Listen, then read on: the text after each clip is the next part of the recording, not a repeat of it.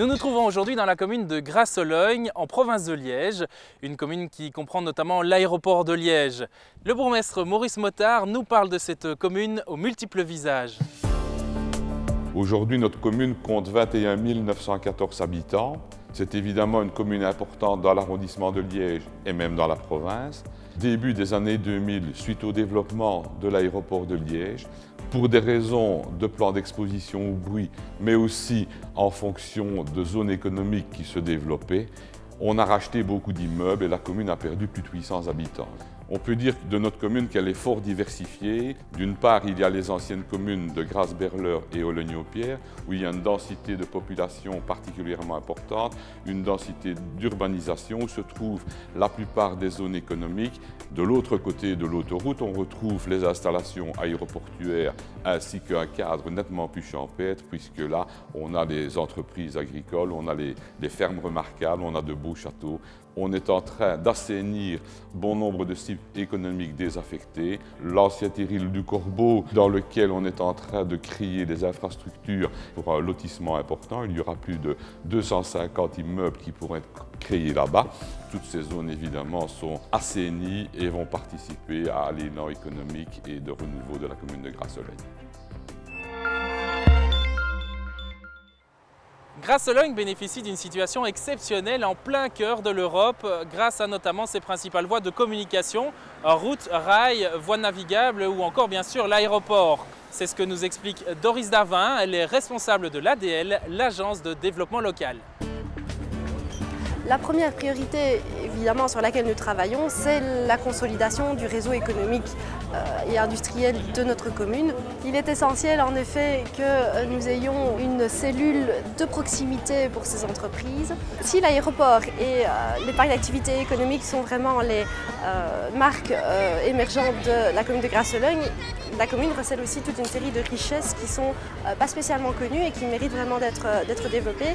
Donc notre rôle à ce niveau-là, c'est vraiment d'identifier toutes les potentialités locales et de trouver le moyen de les booster. Les producteurs locaux, les différents pôles commerciaux, le monde associatif, comme aujourd'hui avec le salon des associations, mais aussi des domaines très variés tels que le pôle touristique d'Orion-Zémont, l'attrait du cœur historique de Hologne, des sites à réhabiliter comme la Vieille Montagne. Nous avons également des centres équestres et nous avons des réserves ornithologiques sur le territoire. Nous devons véritablement valoriser tout le potentiel et les différentes facettes. Une partie du potentiel de la commune reste encore inexploitée, donc c'est là les grands enjeux et les grands défis de notre travail de demain.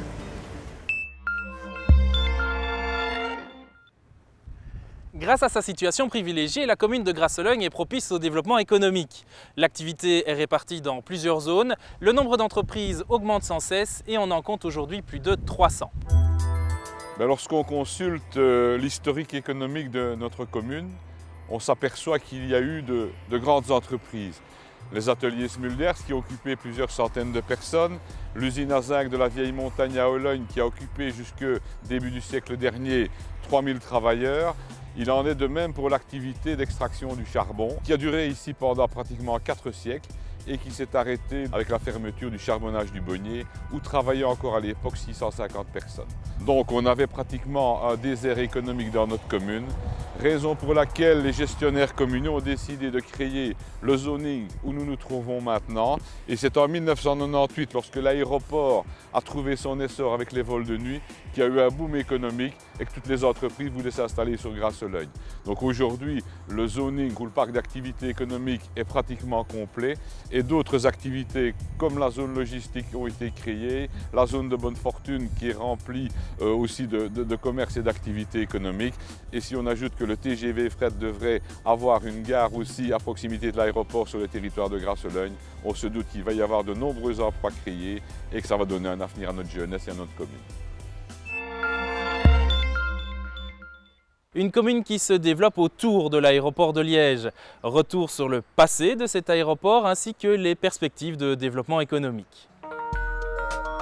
Donc de 1923 à 1994, le site était ici pratiquement uniquement occupé par une base militaire aérienne.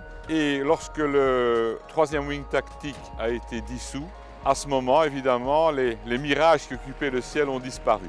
Il y a eu des tentatives diverses d'essayer de développer des activités civiles, mais malheureusement elles n'ont pas réussi. Il faudra attendre 1998, certains investissements réalisés au niveau de l'aéroport et l'arrivée de la société LAX et de TNT surtout pour développer les activités de fret et les vols de nuit. Suite à cela, il y a eu évidemment beaucoup d'investissements réalisés, des investissements en termes de bâtiments, en termes de voirie, une nouvelle tour de contrôle, un nouveau radar, l'allongement de piste qui vient de se terminer et la magnifique aérogare que nous avons ici derrière nous qui va servir elle aussi à développer non pas le fret mais le passager qui est aussi un des combats de l'aéroport aujourd'hui.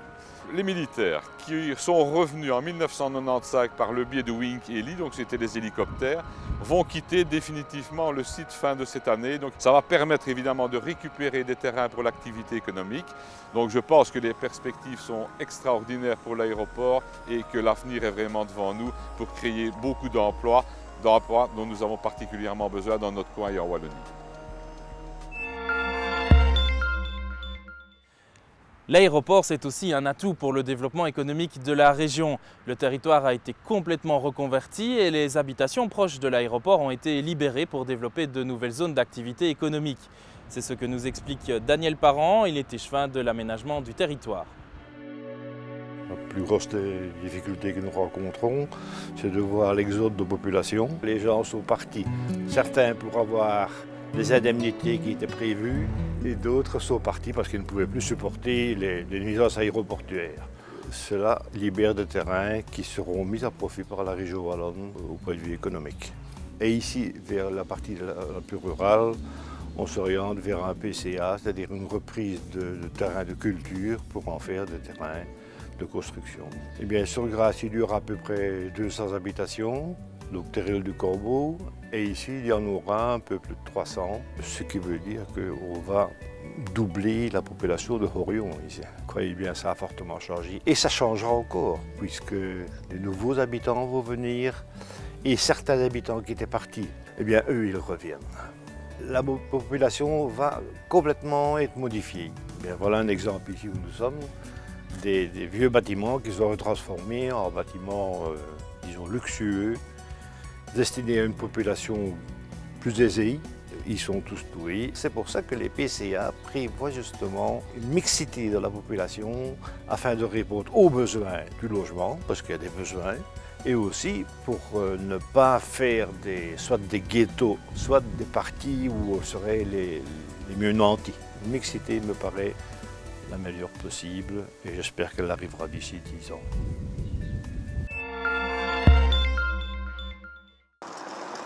Depuis 1926, l'esplanade de la place du Pérou accueille un vaste marché tous les samedis matins. C'est un des plus grands et des plus diversifiés de l'agglomération liégeoise. Une brocante y tient également tous les dimanches. À proximité immédiate de cette place, rue Adrien Materne, est localisé le complexe sportif. Un des complexes sportifs, le hall Mathieu Watley. On y organise différents sports, notamment du badminton et du tennis. D'ailleurs, la commune de Grasse-Logne est très bien fournie en infrastructures sportives et pour une grande variété de sports. Depuis la danse au karaté, en passant par le football et l'équitation. Par exemple, la piscine communale qui vient d'être modernisée ces dernières années et qui s'accompagne d'une vaste plaine de sport. On a encore aussi les agoraspèces qui sont éparpillés sur le territoire. Nous disposons également d'une vaste plaine et d'un complexe sportif, le hall omnisport des 18 Bonniers, avec plusieurs terrains de football. La plaine de Cité Sport est également dotée de belles infrastructures sportives et dédiées au football, un sport très développé à Grasse-Logne. De nombreuses associations sont donc actives sur le territoire, des associations sportives, mais également des associations culturelles. Elles offrent de nombreuses possibilités de loisirs, artistiques, informatiques, horticoles, et j'en passe. Il existe à Grasse-Logne 3 musées. Le musée du White Bison, qui retrace l'histoire militaire de l'aéroport. Le musée de la commission historique, qui présente l'histoire, l'art, le folklore, le patrimoine et la culture de notre commune. Et enfin, le fort de Hologne, c'est un des petits forts de la ceinture de Liège qui a été construit en 1888 et qui est en parfait état de conservation.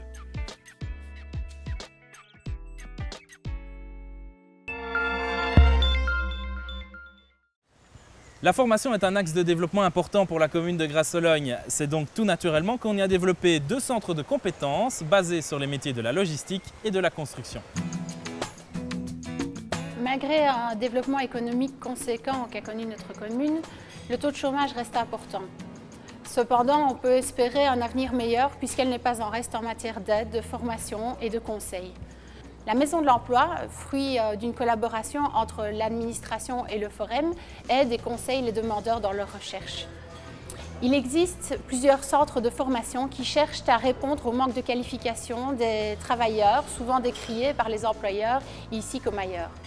Il existe sur Grasse-Sologne 2 centres de compétences actifs dans des domaines utiles à notre région, comme la construction, le transport ou encore la logistique. On les appelle Construiform et Liège Logistique. Donc l'Institut de promotion sociale dispense également des cours dans des domaines variés comme la gestion, le secrétariat ou encore les langues, mais encore bien d'autres domaines bien plus techniques. Il existe des entreprises de formation par le travail et de réinsertion professionnelle. On peut citer la régie de quartier qui conjugue amélioration de la qualité de vie dans les quartiers, formation et réinsertion professionnelle. Au-delà des perspectives de réinsertion professionnelle et de remise au travail, on peut espérer une diminution du taux de chômage sur le territoire en tablant sur le fait que les nouveaux travailleurs chercheront à se rapprocher de leur lieu de travail. Les services administratifs sont répartis dans plusieurs bâtiments publics à Grasse et à Ologne. La plupart des services à la population, c'est-à-dire délivrance de carte d'identité, passeport, extrait de registre, permis de construire, etc., sont localisés ici à la mairie de Grasse, rue Joseph Husden.